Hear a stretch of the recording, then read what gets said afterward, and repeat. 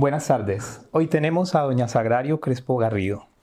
Doña Sagrario, muchas gracias por acompañarnos y nos alegra tenerla aquí en este curso de liderazgo ético.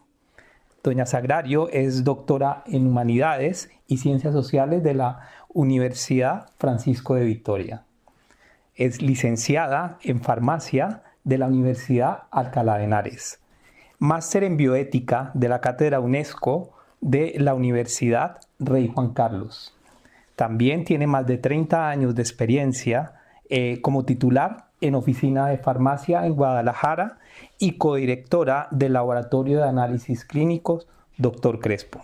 Profesora de Bioética en la Universidad Francisco de Vitoria. Premio Ernestina Champurcín 2017, otorgado por la Universidad de Navarra. Casada, madre de 4 hijos, por consiguiente, con toda la experiencia y con todo el conocimiento para abordar esta 13ª charla del curso de liderazgo ético. La contracepción, libertad y amor a la luz de la doctrina de la Iglesia. Y precisamente, doña Sagrario, queremos conocer como esos puntos centrales que serán abordados en la conferencia sobre este tema tan importante. Y surge una primera pregunta: ¿por qué hablar de anticoncepción en un tema que ya está tan normalizado? Bueno, primero muchas gracias por haberme invitado y estoy muy contenta de estar aquí. Es un honor. Pues mire, porque la contracepción se planificó en principio para liberar a la mujer, ¿no? Porque desde el feminismo se planteó como que la primera causa de desigualdad entre el hombre y la mujer era la maternidad. Por lo tanto, hicieron de la anticoncepción su reivindicación principal. Entonces se planteó la anticoncepción y la píldora emergió como un tsunami, ¿no? De repente todo el mundo le pareció que eso era la liberación de la mujer, y me parece importante ahora porque después de 57 años que llevamos de instauración de la píldora, tengan en cuenta que se implementó en Francia en 1965 y 57 años después debemos considerar y reflexionar sobre si realmente ha respondido a las expectativas que planteó el feminismo, ¿no? Porque fíjese que la píldora está considerada en el siglo XX casi como uno de los mejores descubrimientos del siglo XX. Entonces, ante cualquier experimentación, pues tenemos que plantearnos si ha respondido a esa reflexión, ¿no? Si realmente la mujer es más feliz, si el hombre también, si la familia es mejor, si la sociedad es mejor, ¿no? Y también si la anticoncepción ha abierto una puerta en lo que yo llamo, o se llama en bioética, pendiente resbaladiza, a una deshumanización del hombre. Y precisamente se considera que hay un antes y un después, después de la anticoncepción, y digamos esto, ¿en qué cambió el pensamiento de la sociedad? Pues la píldora, efectivamente, hay un antes y un después que dicen, ¿no? Que no es posible volver atrás, pero ante cualquier experimento siempre hay un antes y un después, ¿no? Entonces, pero la píldora piense que se planteó como esto que decía antes, como una liberación de la mujer, ¿no? Entonces, la entrada en la contracepción o anticoncepción pues condujo a un desprecio de la maternidad. Empezó a entrar en los planes últimos de las mujeres el ser madre, ¿no? O sea, las mujeres empezaron a tener otro tipo de planes y además la píldora lo que hizo fue fragmentar o desvincular lo que siempre había estado unido, que era sexualidad y procreación, ¿no? Y además le otorgó a la mujer un poder inaudito frente a la fecundidad, es decir, ella se apropió de la fecundidad, ¿no? Y esto tuvo una relación entre los sexos, ¿no? Esto, cuando la mujer se apropió de la maternidad, el hombre salió de la escena. Y entonces ella lo consideró como algo individual que le competía solo a ella, ¿no? Y la píldora realmente emerge como una protesta ante la vida, ¿no? Y además, pero es más una liberación de la mujer más que de la pareja, ¿no? Y le otorgó ese poder inaudito frente a la fecundidad, ¿no? Y yo creo que la píldora le otorgó a la mujer también dos libertades. Por un lado, la apropiación de la propia vida y el derecho a planear un hijo, ¿no? Y por otro lado, el tener unas relaciones sexuales, buscando el placer con las relaciones sexuales completas sin miedo al embarazo, ¿no?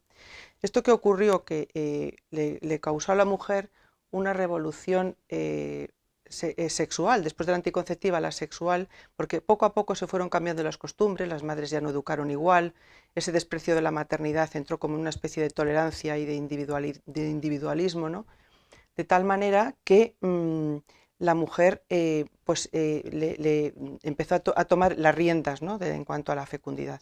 El hombre salió de la escena y además rápidamente el derecho y las leyes empezaron a implementar leyes alrededor del tema anticonceptivo, ¿no? Esto que produjo una mentalidad anticonceptiva en toda la sociedad, de tal manera que hoy hay mucha gente que no concibe la vida sin la anticoncepción.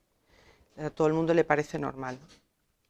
Pero esta suerte de liberación caótica lo único que hizo fue crear un clima de tolerancia, de individualismo, ¿no? Con preponderancia de la pareja, o sea, de la persona antes que de la pareja. Por lo tanto, se produjo también como un desprecio hacia el matrimonio también, ¿no? Y hacia la familia, ¿no? Y precisamente en el tema de familia, ¿esto tuvo alguna repercusión? Pues es coincidente que sociológicamente los datos coinciden, o sea, además en todo el mundo, o sea, no fue una cosa de un país, ¿no? La píldora empieza en 1965 y a partir de 1972 empiezan a configurarse una sociedad diferente, ¿no? Empiezan a ver el número de divorcios aumenta, el número de concubinatos, de hogares monoparentales, incluso se empiezan a aceptar las uniones entre el mismo sexo, porque claro, una vez desvinculada la procreación de la sexualidad, no parece que tenga mucha importancia, ¿no? que se puedan aceptar, ¿no? Y a partir de aquí empieza a hablarse como de familias liberadas, familias monoparentales, empieza un escenario en torno a la familia muy amplio y engloba todos los escenarios posibles, ¿no? Entonces empezó a ocurrir un desprecio hacia el matrimonio, ¿no? O por lo menos un borrar un poco la situación, desaparece la piedra angular del matrimonio, ¿no? En torno a esta situación de multiplicidad de parejas y de situaciones, ¿no? Y luego, por ejemplo, también, que no lo he dicho, pero es una cosa curiosa que aumenta, paralelamente con la contracepción, aumenta el número de abortos. Y esto podría parecer una paradoja porque no tiene sentido que al haber mucho acceso a la anticoncepción, pues no debería haber abortos, ¿no?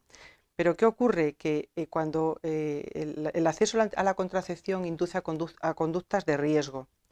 Y entonces, cuando un embarazo no está planeado, pues al final el hijo se descarta mediante el aborto. ¿Hay alguna relación entre esa revolución anticonceptiva y esa revolución genética? Sí, porque, a ver, los descubrimientos científicos son apasionantes, ¿no? Entonces el científico parece que nunca se pone puertas al campo, ¿no? Entonces, a partir de la anticoncepción, también empezó una minusvaloración del embrión. ¿Por qué? Porque era una manera de tapar el efecto posible abortivo de los anticonceptivos y también poder experimentar con el embrión. Entonces empezaron unos términos en la sociedad como preembrión, empezó a dudarse sobre el día de la implantación, si la fecundación empezaba el día 1 o con la implantación, cuándo era persona, cuándo no. Empezaron a haber un eufemismo del lenguaje que confundió, pero durante todo ese totum revolutum, pues claro, pareció que se aprovechó, ¿no? Entonces, ha habido una relación, claro, porque fíjese, la contracepción produjo que se pudiera tener sexo sin hijos. Y las técnicas de reproducción asistida conducen a que se pueden tener hijos sin sexo. O sea, hoy, por ejemplo, con las células madre adultas reprogramadas, se pueden diferenciar a un óvulo y un espermatozoide que se fecunda por fecundación in vitro en un laboratorio y en un útero artificial se gesta.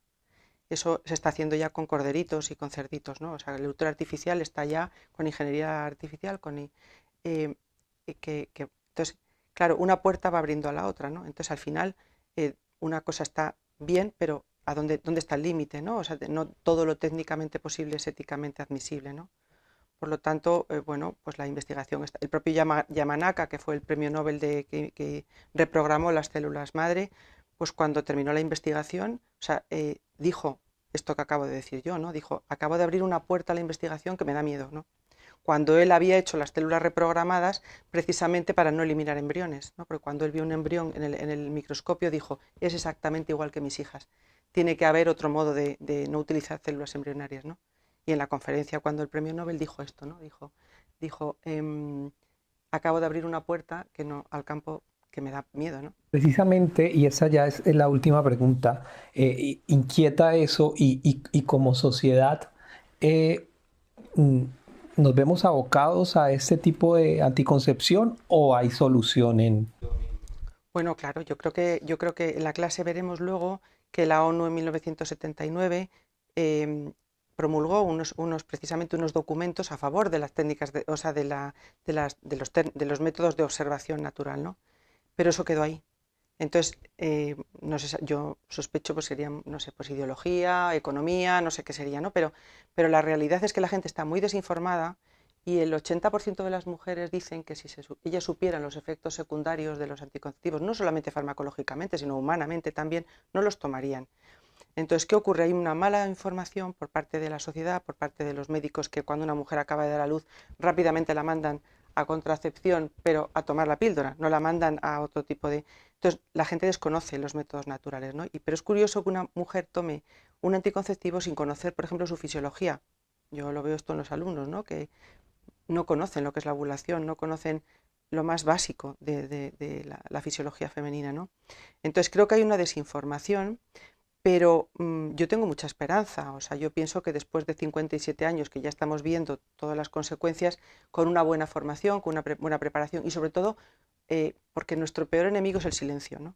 O sea, si nosotros callamos, pues lógicamente nos comerán las ideologías y tal, ¿no? Pero si nosotros hablamos, nos formamos muy bien para discutir todo esto, ¿no? Porque esto, o sea, hay unos verdaderos argumentos científicos que uno puede refutar a algunos argumentos ideológicos, ¿no? Pues yo creo que si nos formamos bien, no nos callamos, hacemos todo lo que está en nuestra mano, ¿no? Para ayudar y formamos bien a nuestros hijos, pues yo creo que al final retomaremos, ¿no? la conquista, ¿no? Yo pienso que Dios está por encima, entonces tampoco estamos en un mundo difícil, pero es verdad que ni mejor ni peor que otros, o sea, estamos en el que nos ha tocado y está aquí donde tenemos que luchar, ¿no? Muy bien, doña Sagrario, muchas gracias por la explicación, la cual será ampliada en la conferencia.